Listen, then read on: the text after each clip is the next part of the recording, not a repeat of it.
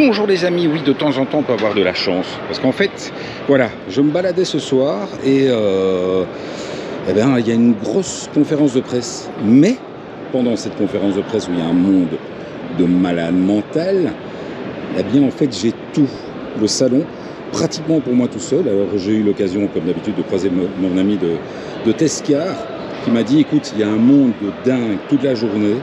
Donc si tu peux faire des images, profites-en. Et donc c'est ce que je fais. Je vous fais découvrir un petit peu toute la gamme Kawa, dont la Z500, la Z900, la Z650. Et bien entendu, ici, on va arriver sur l'hybride. Donc pas du tout sur l'hybride, sur la Z125, l'hybride est là, juste au milieu. Je vous promets, en fait, je suis en train de me déplacer avec vous. Donc voilà, je découvre les motos au fur et à mesure, cette ZH2 de toute beauté. Juste à côté, on a les bimotas, enfin la bimota.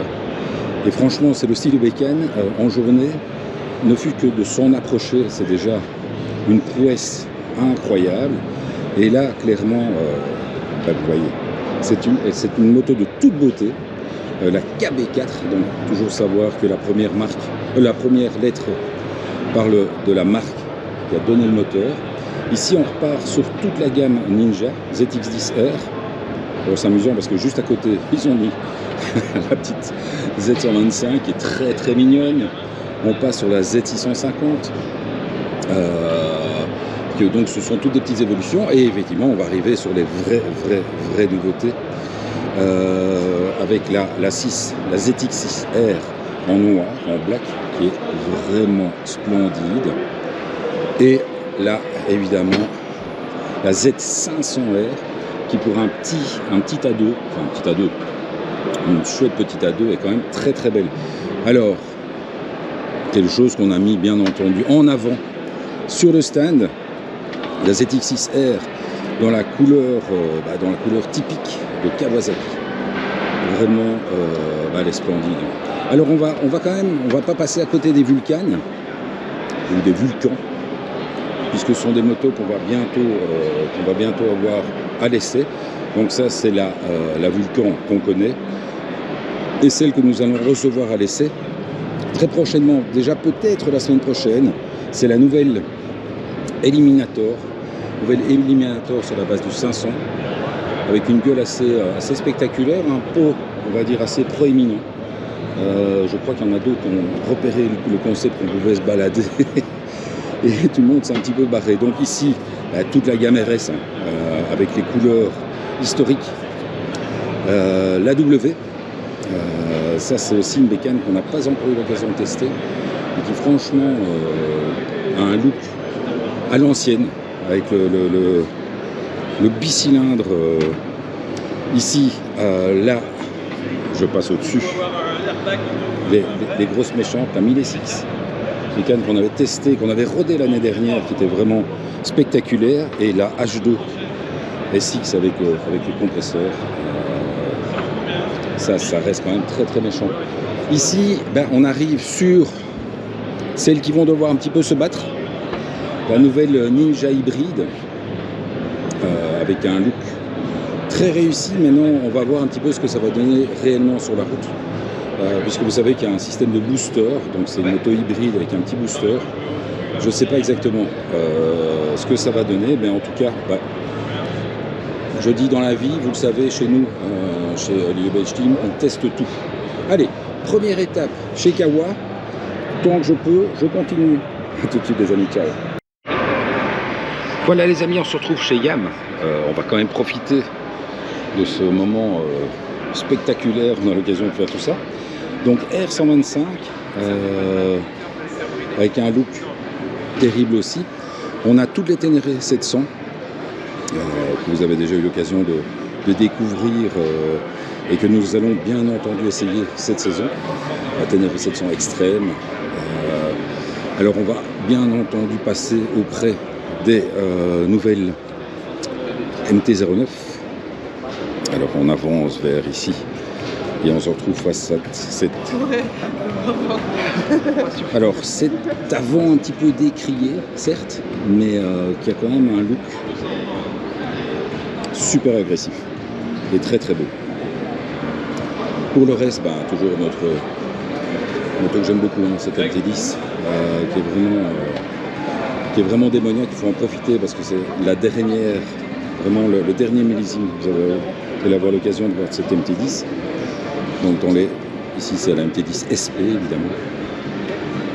Et ici on revient sur la MT-09 SP également, qui avec toujours cette petite peinture qui est vraiment thermocollée sur le réservoir, avec les Brembo de toute beauté. Donc voilà, alors tant que j'y suis, on fait un saut, tant qu'on y est, chez Royal Enfield. Évidemment, j'avais pas prévu de faire cette vidéo, donc j'ai fait le farce. Il me reste 4 minutes sur ma carte mémoire. Connerie de ma part, j'aurais dû vider cette carte mémoire, mais je crois que c'est ce que je vais faire par après. Ça serait bête de rater ce moment privilégié pendant ce salon. Donc les Royal Enfield Himalayan, les toutes nouvelles. Là, c'est la Casa Brown, une couleur assez sympa. Et l'autre de l'autre côté est également très sympa. La Slate Salt, avec ces petits coloris qui tirent vers le rose, c'est pas mal du tout. Allez, on se retrouve pour la suite, tant que je peux. Comment ai-je pu rater ça chez Yamaha? Alors c'est super marrant parce que pour la XSR 900, ils mettent quand même, à mon avis, un vieux casque. Mais la XSR 900 GP est là, elle est toujours présentée, elle est vendue a priori, puisqu'elle est proposée à 13 499, donc 13 499 pour nos amis français. Il y a toujours la XSR 900 qui est là, qui est présentée, aussi dans les couleurs un peu d'une marque de cigarette qu'on ne nommera pas, parce qu'on n'a pas le droit. Et donc ils continuent à présenter toute cette gamme sport héritage, dont cette XSR 125 avec une bulle. Est-ce que je vais dire une belle bulle? Non, je ne crois pas que je vais aller jusque-là. Et on retrouve toujours cette Niken qui va être encore mise en valeur cette année grâce au Yamaha de Braine-l'Alleud, grâce à Gilles, parce qu'il m'a encore bien dit, Oli, tu viens chercher la Niken quand tu veux. Je crois que c'est quelqu'un qui continue à y croire, qui veut y croire, et il va finir, ça va finir par rentrer dans les mœurs. C'est vrai que ça reste une moto assez qui fait un peu peur, mais à côté de cela, je vous promets, je vous l'ai déjà dit, c'est un régal sur petite route, c'est un régal sur les routes de montagne. Il faut vraiment en profiter. Bon, on a toute la gamme des Tracer 9 GT, Tracer 7, etc. et tous les scooters ici juste à côté. Mais je ne vais pas perdre trop de temps parce qu'il y a un moment donné, ma carte mémoire sera décédée. Voilà, troisième étape. On continue à profiter honteusement pour l'instant, on ne m'a pas encore viré. Donc cette nouvelle GSX-S GX avec une teinte que je n'avais pas encore vue mais qui donne extrêmement bien. Je veux dire que c'est une moto que j'attends avec impatience. Malheureusement, Suzuki a l'air de nous parler d'une date assez lointaine. Alors il faut savoir que bien entendu sur le stand Suzuki, on retrouve la fameuse Hayabusa, la moins fameuse Hayabusa, qui est toujours au catalogue depuis déjà un fameux nombre d'années.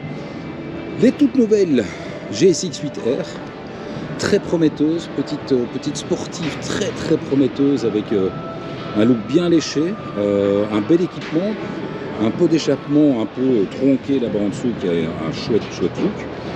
Vous l'avez également ici, alors c'est assez amusant parce qu'ici vous l'avez avec, on va dire, la bavette d'origine, et là ils ont mis directement quelque chose de beaucoup plus court.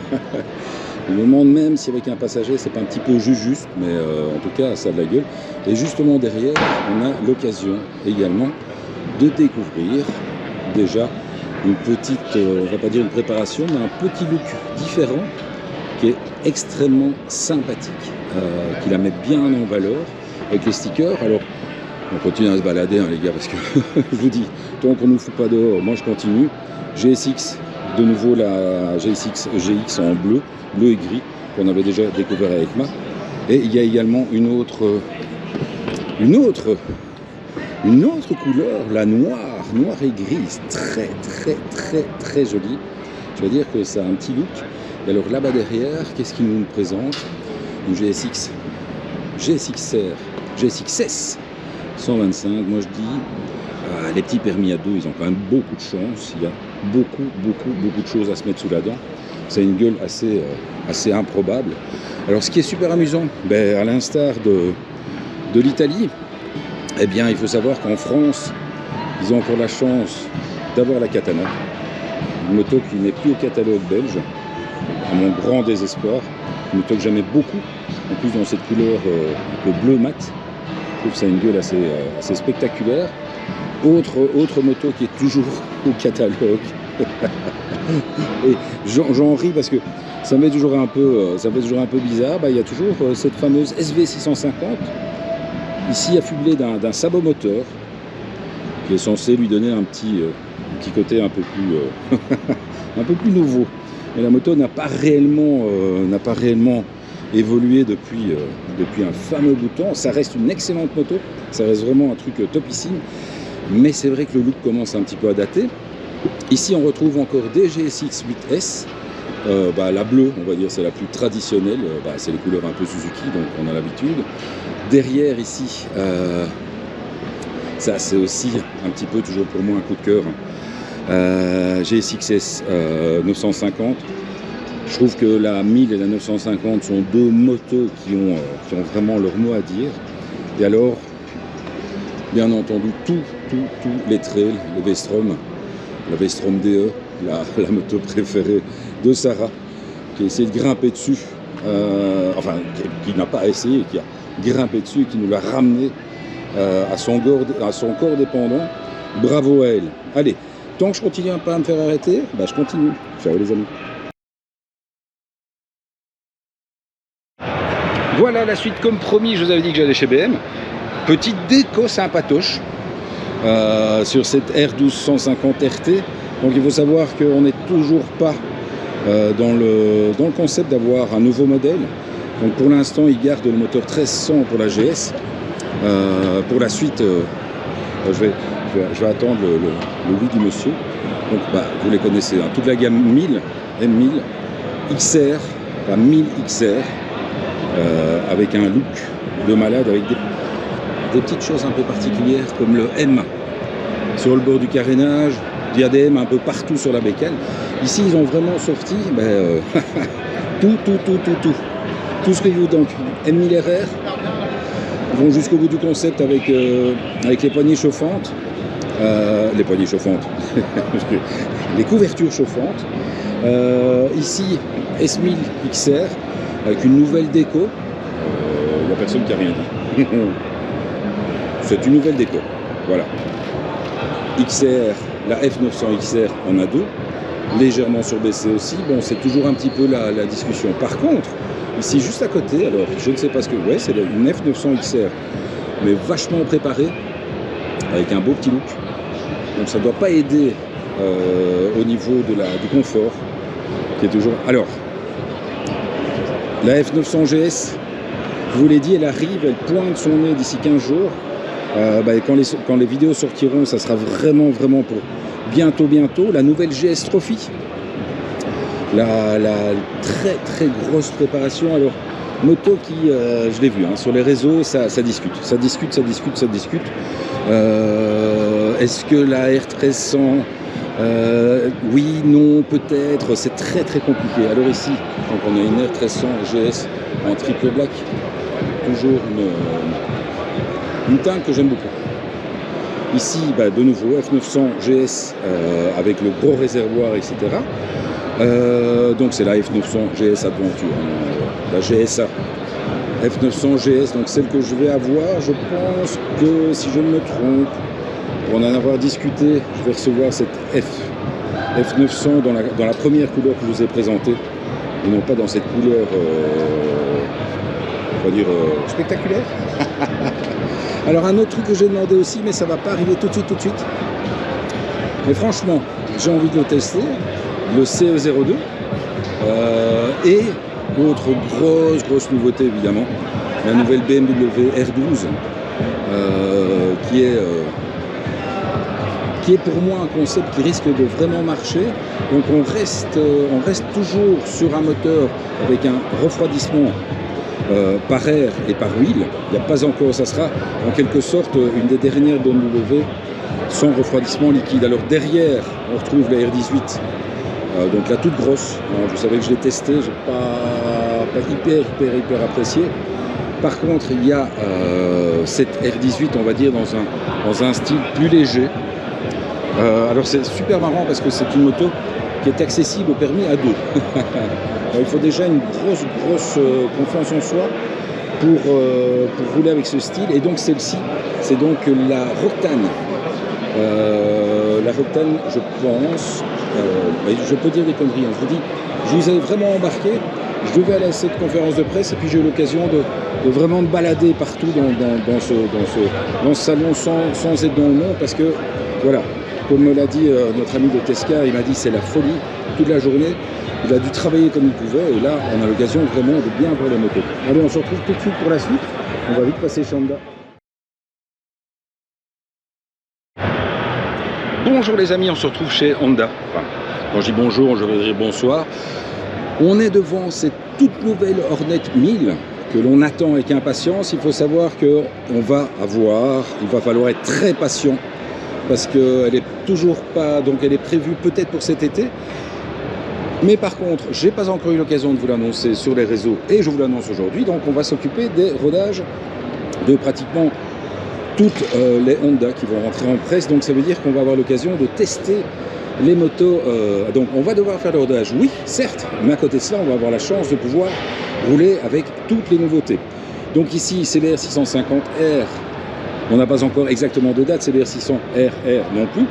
En fait, on va plutôt s'orienter vers, dans un premier temps, on va dire vers la gamme basique, parce que ce sont les premières qui sont rentrées. Donc dès lundi prochain, on va recevoir cette 500, cette Rebelle 500. Même pas dans cette couleur-là, mais vraiment avec la petite selle brune, etc. On va également pouvoir roder la CB 750 Hornet. On attend aussi avec impatience. Ici, donc c'est la nouvelle CB 650 avec le e-clutch, donc un mélange entre la boîte DCT et une boîte automatique et un shifter. Donc ça va être à découvrir. Je ne sais pas ce que ça va donner, ça va être spectaculaire. CB 500 Hornet, vraiment, c'est dans 3 semaines, si je ne me trompe. Donc on aura l'occasion de découvrir cette CB 500 Hornet. Et on aura également l'occasion de découvrir, elle se trouve là-bas. Je traverse le stand, puisque nous aurons l'occasion, bien entendu, de rerouler avec cette CL 500. Parce qu'on m'a demandé, on m'a vraiment demandé pour qu'on la mette dans les cailloux, dans la terre, pour la salir un petit peu, voir ce qu'elle vaut. Transalp, très certainement aussi, mais bon, là il y a moins d'intérêt. Ce qui nous intéresse vraiment, c'est de pouvoir redécouvrir. Alors je la cherche, je vous dis, je vous emmène vraiment avec moi. Donc NT 1100, on commence à bien la connaître, couleur rouge assez sympathique. Et je recherche, elle est là-bas. Elle est là-bas, donc je retraverse. Et je vais vers cette, oui, ça y est, voilà. J'ai eu du mal à la voir, celle-là, cette nouvelle NX 500, donc ici, qui est quand même vachement préparée. Alors, c'est amusant parce qu'on est passé dernièrement chez Honda, et c'est vrai qu'on discutait avec un vieux de la vieille, notre ami Philippe Leclerc, le papa, qui nous expliquait que de temps en temps, ça le faisait un peu sourire parce que beaucoup de motards s'achetaient des motos où Honda essayait de faire le plus léger possible et puis les affublait d'une béquille centrale, de tubes de protection, etc. qui rajoutent 20 à 30 kg à la moto. Et il dit, c'est quand même amusant. Après, je peux tout à fait comprendre qu'on ait envie quand même d'avoir une béquille centrale, parce que je trouve ça super chouette, mais c'est vrai qu'une béquille centrale, c'est 9 kg. Donc, c'est vrai que ça peut... c'est un truc dont il faut réfléchir. Donc, vraiment, si vous vous dites que vous n'allez jamais faire de sortie off-road, est-ce que ça vaut vraiment la peine de temps en temps de mettre des cages de protection, etc., qui vont vachement alourdir votre moto? Voilà, c'était la réflexion du soir. On continue à se balader. Il me reste encore de la place sur ma carte mémoire, donc on continue. Ciao les amis. Voilà, étape suivante, on continue à se balader et à vraiment pouvoir travailler dans les meilleures conditions possibles avec cette nouvelle Duke 990, avec cet avant qui est quand même décrié. Alors je pense que comme pas mal de choses, on va s'y habituer. En tout cas, on ne peut pas lui retirer que c'est extrêmement agressif. C'est un look absolument de fou. Alors il nous présente, donc il y a la 990 en noir, on va dire, parce que l'avant est moins bof. bof. Et bien entendu les toutes nouvelles 1390. Ici on est sur une Super Duke R. Alors il faut savoir que chez KTM, R veut dire R, ton air va avoir mal au... Parce que ça c'est du... Mais par contre elle a vraiment ce look. Et de nouveau avec cet avant. Je vais pas trop vous donner mon avis parce que je trouve ça assez... Je ne me suis pas encore habitué. Alors évidemment c'est amusant, mais on le sait déjà en Belgique puisque dès cette année-ci, KTM Belgique va s'occuper également de l'importation de MV Agusta. C'est déjà quelque chose qui était en prévision l'année dernière, on n'avait pas trop le droit d'en parler, maintenant on peut en parler. Donc la gamme MV Agusta comme d'habitude, avec les dragsters, des trucs extrêmement méchants. Pour moi, ben voilà, j'ai commencé par la Super Veloce qui, comme je vous l'avais dit avec Mac, pour moi une des plus belles motos qu'on puisse trouver sur le marché. Et cette toute nouvelle, enfin ce nouveau trail de chez MV Agusta, l'Enduro Veloce. Alors, ce que j'aime, c'est Veloce, ça veut dire un peu Veloce, ça veut dire quelque chose d'assez léger. Ça a quand même une certaine largeur, une certaine gueule, avec les capteurs, etc. Mais ça risque d'être très très sympathique et ça permet effectivement de venir seconder cette gamme des MV Agusta Veloce Turismo qui c'est malheureusement des motos que l'on voit peu et pourtant qui ont vraiment leur mot à dire. Ça reste vraiment de la finition italienne, donc avec les deux côtés, enfin les deux choses qu'on veut dire quand on parle de finition italienne. Il y a de temps en temps des petites choses qui ne fonctionnent pas trop bien, mais pour le reste, tout est léché, tout est beau, tout est spectaculaire, mais bon. Et comme nous sommes chez KTM et chez MV Agusta, on est bien entendu à côté de chez Husqvarna, avec toujours cette 401. Il faut savoir que cette 401 reste un des modèles à deux, avec la Duke 399. C'est des modèles à deux qui marchent vraiment très très bien. Et c'est vrai que, quitte à rouler en A2, ça permet quand même d'avoir un look vraiment différent. Autre moto que l'on a testé déjà plusieurs fois, les Norden 901, donc avec les fameuses valises qu'on avait montées à l'envers. On ne peut pas toujours être malin tout le temps, donc la Norden. Et maintenant, il propose effectivement, on va dire, une gamme un peu plus routière, avec des valises en dur. Donc, vous voyez déjà la gueule des valises après une journée sur le stand. Évidemment, il ne faut pas rêver avec tout le monde qui monte et qui descend. Tout le monde n'a pas l'habitude de monter et descendre sur des motos avec valises. Et donc, c'est vrai qu'il faut y faire très attention. Allez, on se retrouve pour la suite, les amis. Ciao. Bonjour les amis. Oui, vous l'avez peut-être suivi sur les réseaux sociaux, puisque je l'ai partagé. Donc, on a toujours cette chance immense d'être tout seul, enfin pratiquement tout seul, en train de se balader au Salon Lyon. Et donc, on a l'occasion de vraiment venir détailler cette toute nouvelle Moto Guzzi Stelvio qu'on attend avec beaucoup d'impatience. Alors je ne sais pas encore par qui on va la voir, parce que ça va être assez compliqué, mais c'est vrai que... Alors il y a aussi une présentation de la V100 Marina, de toute beauté, extrêmement élégante, je trouve ça vraiment très très beau. Il y a évidemment les V85, les V7, et une autre présentation de cette Stelvio, dans ce gris mat qui est de toute beauté. Donc on espère vraiment pouvoir la tester très rapidement. On est juste à côté de chez Aprilia, donc on va en profiter, présenter la Touareg, présenter ici. Alors c'est nouvelle, et même si c'est pas, si on n'a pas encore vu on a vu les premières images de MotoGP, mais c'est vrai que ces motos avec ces immenses carénages, ça devient un peu bof. Aprilia,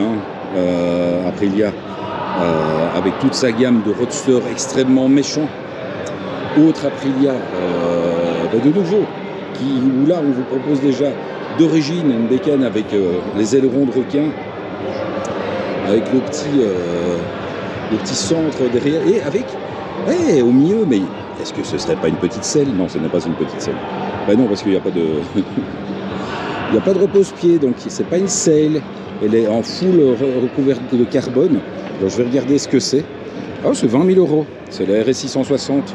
Mais à mon avis, il est un petit peu préparé quand même. Il a quand même un look spectaculaire. Ici, RSV4. Des bécanes pour adultes. C'est pas des motos pour faire de la balade dominicale. C'est vraiment des bécanes à amener sur circuit. Donc, on continue les gars. On continue. On ne nous arrête pas, donc on continue tout de suite. Voilà, il faut de temps en temps se laisser guider. Et donc, notre ami de Tescar m'a dit, il faut absolument que tu viennes chez Wunderlich, préparation enduro. Là, les gars, on est quand même sur des trucs...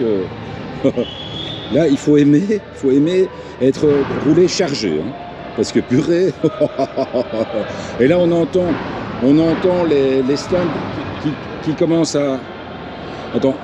Alors je fais un petit cut. Ah bon, ça va. Non, je fais pas de petit cut. Il m'a gentiment laissé continuer. Donc voilà, préparation sur une XR 1000. Donc on voit aussi avec pas mal de trucs, avec un pot boss, à mon avis, qui doit être assez spectaculaire. Donc R1250. Préparation sur la nouvelle GS 1300. Aussi avec des valises, avec des survalises et des... à mon avis, il y a un moment donné, ça doit quand même bien alourdir la bête. Ici, multistrada, avec la selle, le pot, le cache-pot, etc. C'est très très beau. La nouvelle, la Desert X de chez Ducati, qui a aussi droit à toute sa bagagerie, je dois dire. C'est quand même du gros matos. Ça s'adresse quand même à des gens qui n'ont pas peur de se faire peur. Ici, une HD. Une HD, est-ce que vous avez vu la hauteur? Alors la hauteur du sac de réservoir, c'est déjà assez spectaculaire. Mais alors la hauteur du sur-top case, vous savez que moi je suis toujours un petit peu contre le fait de charger les motos en hauteur. Et là, en tout cas, chez Wunderlich, ils n'ont pas peur de charger en hauteur. Et ici, même chose. Et c'est vrai que c'est quelque chose qu'on retrouve très souvent sur les BM ou sur certaines Harley. Ce sont en fait des petits... au-dessus du top case, vous avez encore une petite galerie, comme une galerie de toit, sauf que c'est une galerie de top case pour encore remettre des choses au-dessus. Mais donc, n'oubliez jamais que tout ce que vous mettez en hauteur, vous allez le payer dans les manœuvres parce que la moto va avoir beaucoup plus d'amplitude. Allez, on continue tant qu'on peut, mais ça devient chaud parce que on commence à être suivi par les gardes. Et tout de suite. Alors évidemment, on ne pouvait pas passer à côté de chez Harley-Davidson pour venir dire un petit bonjour avec la Road King spéciale, qui va très certainement être une moto qui va être à l'essai. J'attends avec impatience. La Street Glide, les gars, je ne vais plus vous la présenter parce que je commence à avoir l'habitude. Et donc ici, on a les deux CVO, donc la Street Glide CVO, que vous connaissez, puisque vous l'avez vu sur la vidéo. Et il y a également alors, aussi un modèle avec un look assez spectaculaire, donc la Road Glide. Donc il faut savoir, hein, vous le savez, puisque vous suivez mes vidéos, on est à une année d'anniversaire pour la gamme CVO. On a ici derrière, j'espérais voir la Panamérica en CVO, mais a priori, elle est vraiment très difficile à choper. On continue à se balader sur les V-Road. Alors bon, il faut savoir qu'évidemment, là, ça commence à être un petit peu l'heure où les gens commencent à être farces. On a déjà entendu quelques petits rupteurs. Là, ça commence à... ça fait partie des salons. On a toujours ça comme chaque année. On a toute la gamme Racing de chez Harley-Davidson, qui sont des préparations. Donc une préparation vraiment sur un roadster de chez Screaming Eagle, avec cet immense moteur de la Panamérica. Donc ça fait une moto, c'est un petit peu comme les Buell. Je ne sais pas si vous vous rappelez encore des Buell, si vous êtes assez vieux comme moi, vous avez connu les Buell, qui ont des moteurs Harley-Davidson. Ici, c'est la nouvelle gamme, c'est la Bayer Perf. Donc c'est les nouvelles courses où se battent Indian et Harley-Davidson où ils essayent de garder un look avec des valises, etc. Sauf que tout est remonté au maximum pour pouvoir prendre quand même un minimum d'angle. Alors les goûts et les couleurs, ça ne se discute pas. En tout cas, c'est spectaculaire. Ici, une préparation dirty, où là, bah, on est sur un look de nouveau, très très particulier. Ah, j'avais pas vu la selle en peau de vache. Et ce phare, alors j'espère que au moins, j'espère que ça éclaire bien. Et vous avez vu aussi la taille ici. Du guidon, la hauteur du guidon, ça doit être... Enfin, c'est... Après, ben, je vous l'ai dit, hein, c'est vrai qu'on a fait beaucoup d'Harley pour débuter la saison, parce qu'on a un très bon contact avec RMC Classique, qui nous permet de venir et qui nous prévient surtout dès qu'il reçoit des nouveautés. Donc on continuera sur cette bonne chose. Allez, on va bientôt arriver sur la fin. Je pense qu'on va faire un petit saut pour terminer chez Indian, et puis après, on va dormir. Ciao les amis. Voilà les amis, on va terminer quand même, parce que vous le voyez, il y a ces très gentilles dames qui sont en train d'aspirer, on est en train de les ennuyer en plein dans leur boulot en plus, donc on va pas traîner non plus. Donc je vous l'avais dit tout à l'heure en passant chez Harley Davidson, donc cette nouvelle gamme, enfin c'est une nouvelle course aux États-Unis qui sont sur une base de custom avec des fausses valises, avec ici pour le coup vraiment même un faux de faux phares, etc. Donc c'est vraiment pour rappeler le modèle d'origine. Mais bon, ça ne nous intéresse pas tellement. Ici, par contre, on a la nouvelle gamme Poursuite de chez Indian. Je n'ai pas encore eu l'occasion de tester. J'attends avec impatience et je compte beaucoup sur la Louvière. Je sais qu'ils sont très très chauds. J'espère qu'on va pouvoir vraiment tester cette gamme Poursuite et pourquoi pas lors de notre voyage un petit peu découvert de la Suisse qu'on fera au mois de mai, puisqu'on va quand même aller reconnaître les routes qu'on va prendre par après. Donc ici, bah, toute la gamme Indian que vous avez déjà découvert. Et j'ai vu là-bas une très chouette couleur. Bon, ici déjà, je ne pense pas que ce soit une nouvelle couleur 2024, mais par contre celle-ci, je trouve qu'elle est vraiment très très belle. Alors c'est amusant parce qu'il y a toute une nouvelle gamme maintenant qu'on trouve chez Harley Davidson, et ça ressemble un petit peu à des Indian. Et ici, il y a des Indian qui commencent un petit peu à ressembler à des Harley Davidson. Bon, c'est de bonne guerre, hein, c'est quand même deux marques américaines. Bon, ça a toujours été un petit peu la bagarre. J'étais vraiment surpris de lire dernièrement qu'on considérait que cette moto était fade et inintéressante. Je vous promets que j'étais avec la Chieftain Dark Horse en Suisse, sur les petites routes. Alors, bien entendu, on n'est pas sur le level d'une Africa Twin ou d'un Niken, mais franchement ça passe vraiment très très bien, surtout quand vous la prenez avec les grandes roues, et malgré le fait qu'il y ait vraiment ces grands repose-pieds, ben, la bécane passe très très très bien en virage. Allez, on va se retrouver, donc là ça va être un montage que Bijou va devoir faire, le malheureux, parce que je crois qu'il y a au moins 20 ou 25 minutes de vidéo, mais c'était imparable, il fallait qu'on en profite. On a essayé de faire un maximum d'images. Bon, là, c'est vrai qu'on commence un petit peu à être tout seul, à être les derniers. Et bon, bah, respect quand même aux équipes qui vont s'amuser à nettoyer tout ce salon pour que demain, ce soit blinquant et que les nouveaux visiteurs, dont nous, aient l'occasion de venir à ce salon de Lyon dans les meilleures conditions. Alors, un grand merci à Tescar qui a vraiment insisté pour que je vienne le rejoindre ce soir. J'étais tranquillement à l'hôtel. J'ai traversé Lyon, entre l'hôtel et ici. Je vous assure que Lyon, Bruxelles à côté, c'est de la rigolade, puisque j'ai mis quand même 54 minutes pour 15 km. Mais ça en valait vraiment la peine. Alors hop, je sais qu'il se cache tout le temps, mais merci à toi. Ça fait plaisir. À très bientôt les amis. Ciao.